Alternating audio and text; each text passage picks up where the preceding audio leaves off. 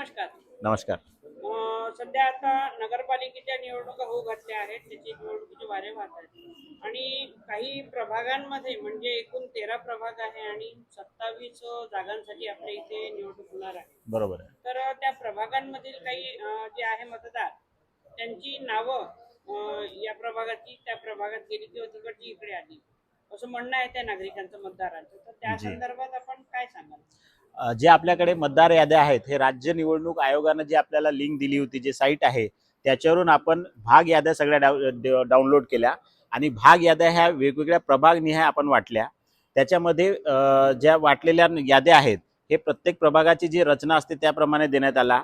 आता जर ह्या प्रभाग रचनेवर, प्रारूप रचनेवर जर कोणाला मतदार यादीच्या आक्षेप असेल, काय हरकती असतील, सूचना असतील, तर त्यांनी आम्हाला 13 तारखेच्या संध्याकाळी 6 वाजतापर्यंत देणं अपेक्षित आहे. कोणत्याही नागरिक मतदानाशिवाय राहू नये.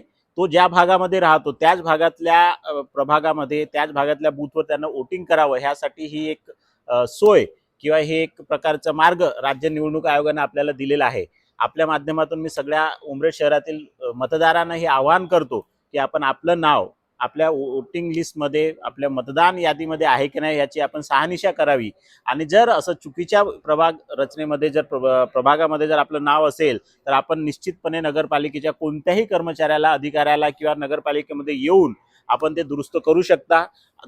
हे असे आक्षेप नोंदवण्याची तारीख हे उद्या संध्याकाळी 6 वाजता आहे. कृपया आपण सगळ्यांना, आमची विनंती आहे, सूचना आहे की आपण सगळ्यांनी आपलं नाव मतदार यादीत आहे की नाही आणि आपल्या प्रभागात जेथे आपण राहत त्या ठिकाणी आहे की नाही हे एकदा बघावं आणि जर त्याच्यामध्ये काही दुरुस्ती असेल, काही सूचना असेल तर आम्हाला कळवावे. ठीक आहे सर, धन्यवाद. थँक्यू.